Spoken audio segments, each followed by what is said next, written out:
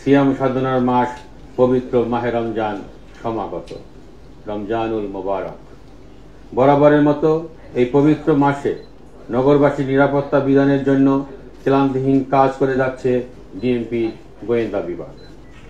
Detective branch DB বর্তমানে আইন শৃঙ্খলা রক্ষায় গুরুত্বপূর্ণ ভূমিকা রাখছে।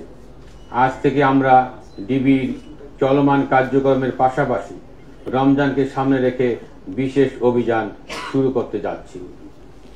এটা হচ্ছে এক ধরনের বিশেষ গোয়েন্দা অভিযান, যেটাতে ছদ্মবেশে আমাদের সদস্যরা মানুষের মধ্য থেকে অপরাধীদের শনাক্ত করতে পারবে।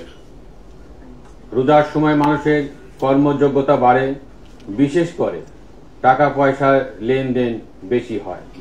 শপিং মল, ব্যাংক, বিমাগুলোতে মানুষের ভিড় বাড়ে।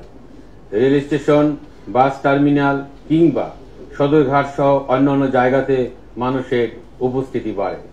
এইসব জায়গায় কেউ যাতে নাশকতা না করতে পারে সেই জন্য আমাদের গোয়েন্দা নজরদারি বাড়ানো হচ্ছে। পাশাপাশি দূরের যাত্রাপথ, বিশেষ করে বাসের কোনো দুর্ঘটনা যাতে না ঘটে সে লক্ষ্যে গোয়েন্দা তৎপরতার মাধ্যমে আমরা আগে থেকেই ডিবির তথ্য প্রযুক্তির ব্যবহার বাড়াচ্ছি। আমাদের গোয়েন্দা প্রতিবেদন বলছে, চুরি, ছিনতাই, ডাকাতির সাথে যারা যুক্ত হচ্ছে তাদের বেশিরভাগের বয়স 15 থেকে 30-এর মধ্যে। এদের অনেকেই কিশোর গ্যাং। তারা বিভিন্ন অপরাধে জড়িয়ে পড়ছে।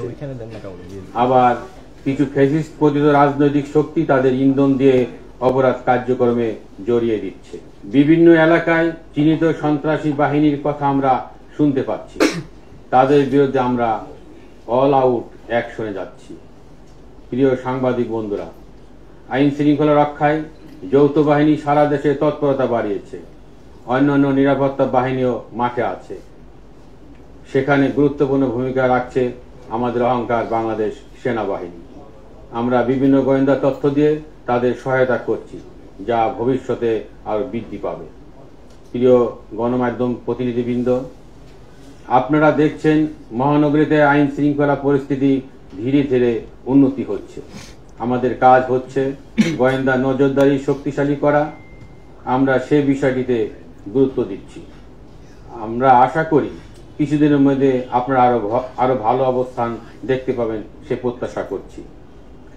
জনসাধারণের প্রতি আমাদের আহ্বান, এখন ডিবি পরিচয়ে কেউ গোপনে তুলে নেওয়া বা সিভিল পোশাকে তল্লাশি এই ধরনের কার্যক্রম কেউ করলে আমাদেরকে অবহিত করবেন। পাশাপাশি নাশকতা করতে পারে এমন কোনো তথ্য থাকলে ডিবিকে সহায়তা করুন। আপনাদের পরিচয় গোপন রেখে, সম্পূর্ণ নিরাপদ রেখে আমরা প্রয়োজনীয় ব্যবস্থা গ্রহণ করব। এদেশ আপনার, আমার, সকলের। দেশে শান্তি থাকলে শান্তি থাকবে জনমনে। দেশকে নিরাপদ রাখতে আইন শৃঙ্খলা বাহিনীর পাশাপাশি জনসাধারণকেও এগিয়ে আসার আহ্বান জানাচ্ছি। গুরুত্বপূর্ণ মামলা তদন্ত থেকে আরম্ভ করে চিহ্নিত অপরাধীদের গ্রেপ্তার পূর্বক আইনের আওতায় নিয়ে আসতে আমরা বদ্ধপরিকর।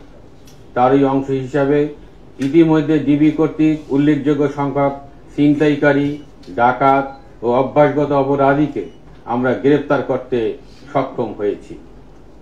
গুণগত মান বজায় রেখে এবং অপরাধের গুরুত্ব বিবেচনায় ডিবি কাজ করে থাকে। আমাদের কাজে যেমন সক্রিয়তা আছে, তেমনি নিশ্চিত করা হয়েছে স্বচ্ছতা ও জবাবদিহিতা। আমরা যেমন সাধারণ মানুষের ভরসার আশ্রয়স্থল হতে চাই, তেমনি অপরাধীদের জন্য হতে চাই আতঙ্ক। সে মূলনীতি নিয়ে আমরা কাজ করে যাচ্ছি।